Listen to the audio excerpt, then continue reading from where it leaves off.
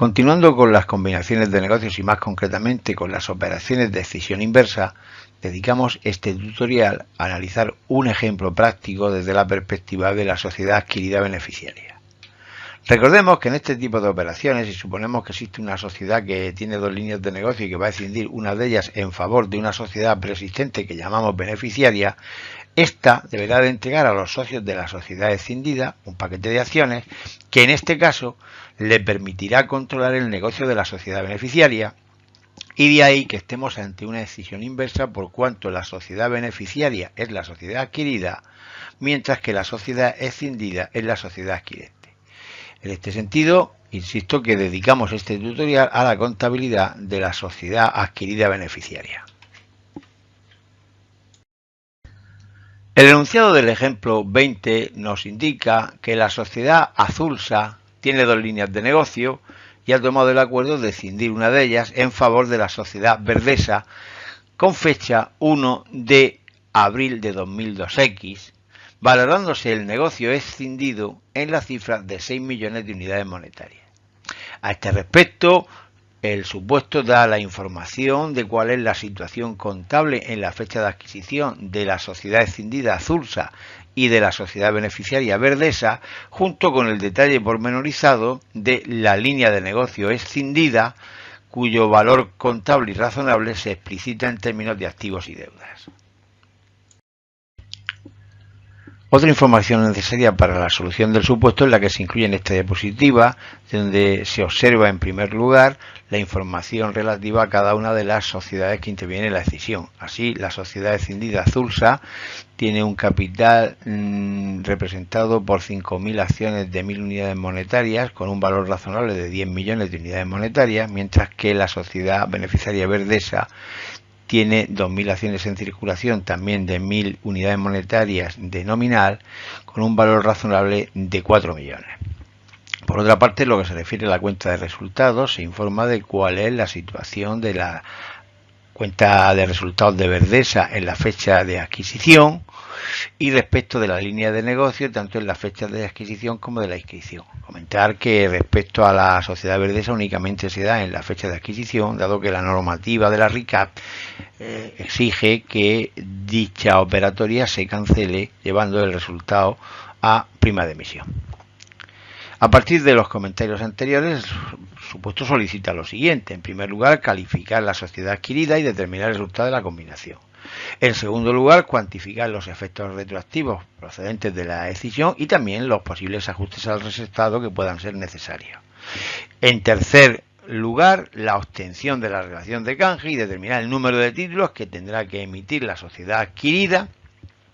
de acuerdo con la valoración del negocio escindido, al tiempo de conocer cuántos títulos debería de amortizar la sociedad escindida por la transmisión de dicho negocio. Finalmente, se solicita expresamente la contabilidad de la sociedad adquirida beneficiaria prescindiendo del efecto fiscal. Iniciamos la solución del apartado A determinando en primer lugar la calificación de la sociedad adquirida beneficiaria. En este sentido, debemos de considerar cuál es el valor razonable de la sociedad Verdesa, así como del negocio escindido que va a recoger, observándose que la suma total asciende a 10.000 unidades monetarias en miles de unidades monetarias y en consecuencia es evidente que el control del negocio corresponderá a el negocio escindido, que pesa un 60% del total de la nueva empresa, de donde obviamente se deduce que la sociedad realmente adquirida es la beneficiaria Verdesa. A partir de aquí veamos cuál es la situación de esta compañía en base a la normativa contable. Y así observamos que la valoración de esta compañía, que es de 4.000 unidades, tiene un valor contable de 2.400 unidades monetarias, de donde se infiere un resultado de la combinación de 600 unidades monetarias. Dicho resultado tiene el siguiente desglose. No existen revalorización de activos ni pasivos y, por tanto, la revalorización total será correspondiente al fondo de comercio de dicha compañía, que se eleva a la cifra de 600 unidades monetarias. En cuanto a la solución que pide el apartado B, analicemos en primer lugar la cuestión de los efectos retroactivos, donde se observa un incremento entre la fecha de adquisición y la fecha de inscripción de 100 unidades monetarias que deberá de ser considerado en el momento de recepcionar el patrimonio del negocio escindido por parte de la sociedad beneficiaria. Se supone en este sentido que dicho incremento de 100 unidades monetarias se corresponderá con un incremento de activos. Por otra parte, de acuerdo con el artículo 56.2 de la RICA, es necesario eliminar el resultado de la sociedad beneficiaria hasta la fecha de adquisición y en ese sentido, de acuerdo con la situación en balance a dicha fecha, será preciso eliminar los ingresos y gastos devengados hasta la citada fecha de adquisición, en este caso 1 de abril, llevando el resultado a la cuenta de prima de emisión por 100 unidades monetarias.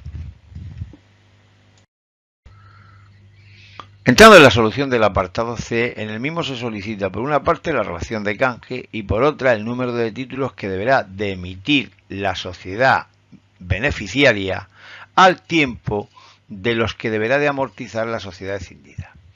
Para ello vamos a calcular en primer lugar el valor razonable de un título de cada una de dichas sociedades, a cuyos efectos se utilizará la información del enunciado respecto del valor razonable de ambas compañías y el número de títulos en circulación. Considerando esta información, se observa que en el caso de la sociedad Azursa, el valor teórico de un título en miles de 2 y exactamente el mismo en el caso de Verdesa. Teniendo en cuenta estos dos valores teóricos, se observa que la relación de canje será de un título de Verdesa por un título de Azursa. Y en base a la información de la valoración del negocio escindido, vemos que la sociedad Verdesa tendrá que emitir 3.000 acciones por el valor de dicho negocio valorado en 6.000 unidades monetarias en miles, mientras que Azursa deberá de amortizar también 3.000 títulos de acuerdo con la relación de canje obtenida.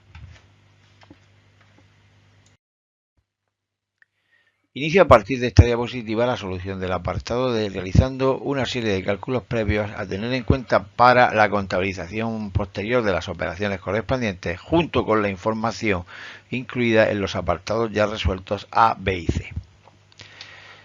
Lo primero que hay que plantearse es cuál es la valoración que hay que dar a la deuda a favor de los socios de la sociedad escindida por la cesión del negocio, que en todo caso deberá de corresponderse con el valor razonable de dicho negocio, que según el enunciado es de 6.000 unidades monetarias. Por otra parte, considerando que estamos ante una escisión inversa, la recepción del negocio escindido deberá de ser a valor contable y en consecuencia habrá que realizar el ajuste correspondiente teniendo en cuenta que el pasivo se ha reconocido a valor razonable. En concreto, el valor razonable del negocio, como he dicho, es de 6.000 unidades monetarias, pero su valor contable, excluido el resultado que debe de figurar expresamente en las cuentas de la sociedad adquirida, es de 300, con lo cual la diferencia a contabilizar sería de 1.700, de donde se deduce un ajuste en prima de emisión de 4.300 unidades monetarias. Finalmente hay que considerar cuál es el resultado que se debe de tener presente verdaderamente en la fecha de recepción del negocio adquirido, escindido de la sociedad Azursa. Y en este sentido hay que tener en cuenta que si bien es cierto que en la fecha de adquisición el resultado era de 300 unidades como se consigna anteriormente, durante el periodo de efectos retroactivos se generan 100 unidades monetarias sin más que comparar el saldo de la cuenta de resultados anteriormente visto entre la fecha de adquisición y la fecha de inscripción, con lo cual el resultado total a contabilizar, incluidos los efectos retroactivos por la sociedad adquirida beneficiaria Verdesa, será de 400 unidades monetarias. De acuerdo con los cálculos y comentarios realizados en los apartados precedentes, los asientos contables que deberá de realizar la sociedad adquirida beneficiaria serían los siguientes. En primer lugar, la reapertura de la contabilidad en la fecha de adquisición 1 de abril, de donde se deduce que la compañía tiene un patrimonio valor contable que asciende a 2.500 unidades monetarias. A continuación procede a realizar el ajuste por el fondo de comercio que debe de registrar la propia compañía al tratarse de una operación inversa, donde se activa un fondo de comercio de 600 unidades monetarias de acuerdo con los cálculos realizados en el apartado correspondiente y que posteriormente dicho resultado se traspasa a la cuenta de prima de emisión.